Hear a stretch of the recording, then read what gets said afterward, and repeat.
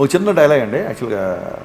ఇప్పుడు ఏంటంటే అనే వితౌట్ బ్యాక్గ్రౌండ్ వచ్చారు, టాలెంట్ ఉంటే వస్తారు డెఫినెట్గా.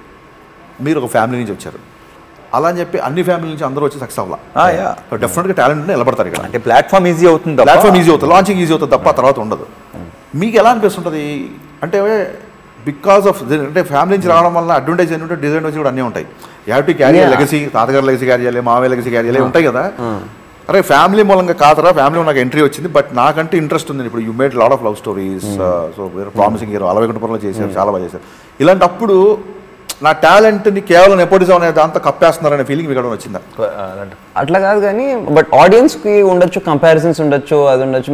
మేబీ స్టార్టింగ్లో మేము మోర్ దెన్ నిలబెట్టాలి కన్నా పాడు చేయకూడదు అని ఎక్కడో మైండ్లో ఉంటుంది. బట్ మా ఫ్యామిలీలో కానీ చిన్నగా చెప్పిందని నీ రూట్ నువ్వు చూసుకో, don't try to take all the baggage, నీ రూట్ నుంచి. బట్ అది ఎక్స్పీరియన్స్తోనే వచ్చింది. స్టార్టింగ్లో ఫస్ట్ సినిమా నుంచి కాదు, ఎక్స్పీరియన్స్తో వచ్చింది. ఏంటంటే నాకు when I'm doing a film I should be happy.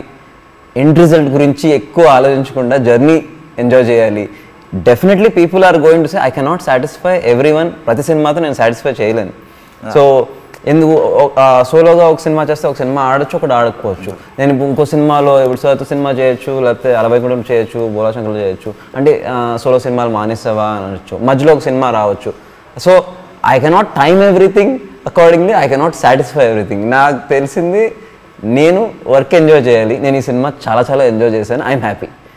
So what ever happens, ఇప్పుడు కామెంట్స్ ఆర్ థింగ్ నేను అన్నిటికీ ఆన్సర్ చేయలేను. Only thing I say I will try my best to when I'm working I will try my best. Yeah perfect, that's all. Whether it's solo film, whether it's film like this, I will try my best.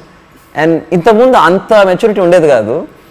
I think through ups and downs తెలుసుకున్నాను. Good, అదే కదా ఎవరు చెప్పారు, maturity ఏజ్తో రాదంట, డ్యామేజ్తో వస్తుందంట. Maybe I agree, more maturity, perfect line, truth of life అది.